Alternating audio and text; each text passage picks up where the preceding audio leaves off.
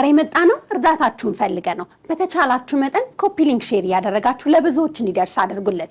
ሰዓሊ እስራኤል ከ20 ዓመት በኋላ የኳታር የሕክምና ድል አግኝቷል። እስቲ ደግሞ ካንደበቱ እንስማ። ልክ የዛሬ 20 ዓመት እንደማንኛውም ቀን በአንዱ ከቤተሰቦች ጋር እንደተለመዱ በሳቅ በጨዋታ አመሸን። ቆይታ በኋላ ከቅልፌ መምጣቱ ወደ ናደሩ ብዬ ወደ መኝታ ቤቴ ገብቼ ተኛው። እንደ ወትሮ ብነቃም ከመኝታዬ መነሳት አልቻልኩም።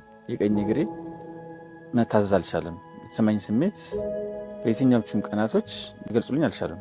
በሀገር ውስጥ አሉ የተባሉ ሕክምና ቦታዎች ባለሙያዎች የተሻለሽን ጥረት ቢያደርጉልኝም ምንም አይነት ውጤትም አልተገኘ። ይባስ ብሎ ወገቤም እግሬም አብረው በማመፅ አላንቀሳቀስ በማለታቸው ሮጬ ሳልጨርስ የአካል ጉዳተኝነትን ለመቀበል ተገደድኩኝ።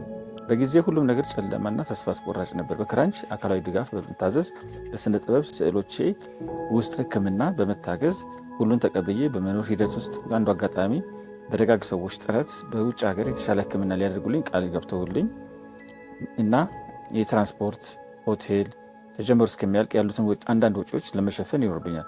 በዚህ ላለፉት በርካታ ዓመታት መንፈሴን ያጠነክሩባቸውን የውስጤን ስሜት ያየሁባቸው የስዕል ስራዎችን በመግዛት እንደ መንፈሴ እንዳገዙኝ ሁሉ እናንተም ደግሞ በመግዛት ወገናዊ ድጋፍ እንድታደርጉልኝ በማሰብ በመግዛት በመደገፍ ስራዎችን የፕሪንትም ያለ የስዕሎችም አሉ ከጎኔ የሆናችሁ ሕክምናውን እንዳደርግና ሕክምናው የተሟላ እንዲሆን ጥሬን አቀርባለሁ።